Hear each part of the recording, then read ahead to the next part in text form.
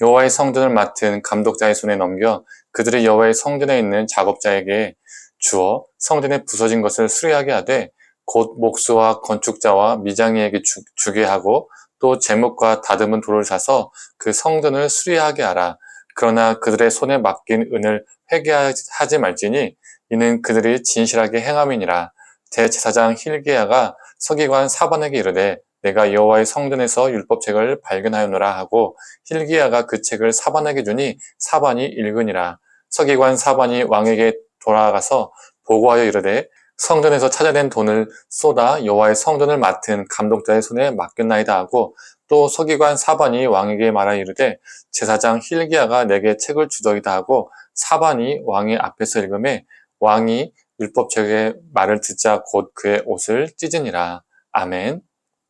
아침 묵상을 들으시는 모든 성도님들에게 하나님의 은혜가 있기를 간절히 소망합니다.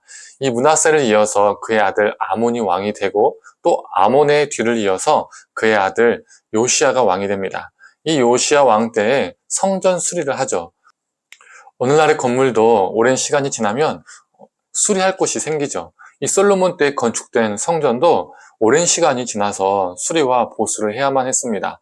더구나 므낫세와 아몬 때에 성전이 방치되고 회파되었었습니다. 성전에 이방 신상과 제단을 세우는 일들이 허다했었죠. 그래서 요시야 왕 때에 성전 수리를 하게 됩니다. 그리고 그 성전을 수리하는 과정에서 여호와의 율법책이 발견되게 되었습니다. 여기에서 율법책이 발견되었다는 것은 무엇을 전제할까요? 율법책이 남유다 땅에 사라졌거나 부재했었다는 겁니다. 그래서 그 후에 발견된 거죠. 요시야의 아버지인 아몬과 요시야의 할아버지인 므낫세가 남유다의 왕으로 있는 동안 이 남유다 땅에서는 이 야훼 신앙은 탄압받았고 신앙의 암흑기, 신앙의 박해기가 되었었습니다. 왕으로부터 온 나라가 해와 달별을 섬기고 수많은 우상을 섬겼습니다. 자신의 잘됨을 위해서라면 자신의 자식까지도 불에 태워서 제사를 드렸습니다. 하나님의 백성이라고 말은 하지만 그들 가운데 하나님의 말씀은 사라졌고 잊혀졌고 찾아보기 힘든 시대였습니다. 그러니 그 땅에 율법책이 사라지고 부재하게 된 것이죠. 율법책을 숨겨둘 수밖에 없었습니다.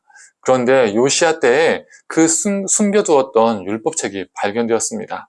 서기관 사반이 율법책을 요시야 왕 앞에 가져와서 큰 소리로 말씀을 읽기 시작했습니다. 이때 요시야의 반응이 어땠습니까?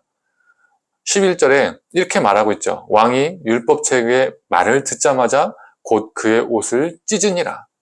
요시야가 하나님의 말씀을 듣자마자 자신의 옷을 찢었습니다. 그 당시 옷을 찢는 행위는 통회와 회개의 상징이었습니다. 즉, 그는 하나님의 말씀을 듣고 자신의 심령을 찢었습니다. 그리고 그는 서기관들에게 명령을 해서 이 율법책을 백성들에게 낭독하도록 명령했습니다. 자신뿐만 아니라 유다 백성 모두가 하나님의 말씀으로 돌아와야 한다라는 그 간절함이 그에게 있었던 것이죠. 그리고 그는 자신의 증조 할아버지 히스기야처럼 유대 땅에 종교 개혁을 일으켰습니다. 하나님의 말씀에 엎드렸습니다. 성도님들, 우리가 살아가는 시대도 참 비슷합니다. 그 당시에는 사람들이 해와 달과 별 그리고 바알과 아세라를 숭배했다면 지금은 돈과 같은 물질, 명예와 권력, 성공을 숭배합니다. 자녀들은 성적을 숭배하죠. 이처럼 이 땅에도 수많은 우상들이 범람합니다. 이름만 다를 뿐이지 그 속성은 동일합니다. 우리 탐욕의 투영이죠. 우리의 욕망과 탐욕을 위해서 수많은 우상을 만들어내고 그 우상을 믿습니다.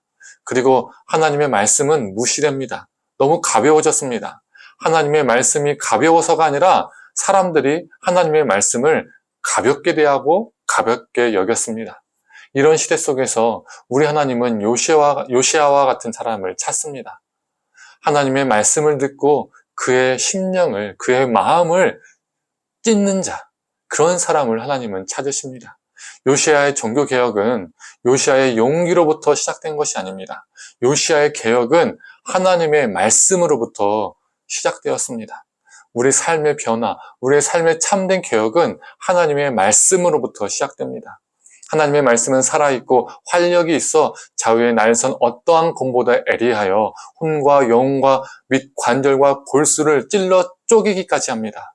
그래서 찔러 쪼개기까지 하니까 하나님의 말씀은 우리의 마음을 불편하게 할 때가 있습니다. 성도님들, 우리의 마음이 불편할지라도 부담을 줄지라도 그 말씀 앞에 우리의 죄악을 불사르고 우리의 심령을 찢어서 하나님 앞에 온전하고 순전한 자로 간절히 서기를 원합니다. 이런 우리를 통해서 하나님의 말씀이 생명이 흘러가기를 간절히 축원합니다. 함께 기도하겠습니다. 하나님, 이 땅에서도 수많은 우상들이, 수많은 헛된 것들이 참 많이 있습니다. 하나님 말씀 앞에 우리가 자복하고 엎드리고 하나님의 말씀으로부터 시작되어서 우리 삶의 개혁이 변화가 있게 하여 주시옵소서. 수많은 헛된 것들을, 우상들을 우리 삶 속에서 제거하고 온전히 하나님의 말씀 앞에 순종하며 살아가는 우리가 되게 하여 주시옵소서. 오늘 하루도 하나님의 말씀에 붙들려 살게 하여 주시옵소서. 감사드리며 사랑에 많으신 예수님의 이름으로 기도드립니다. 아멘.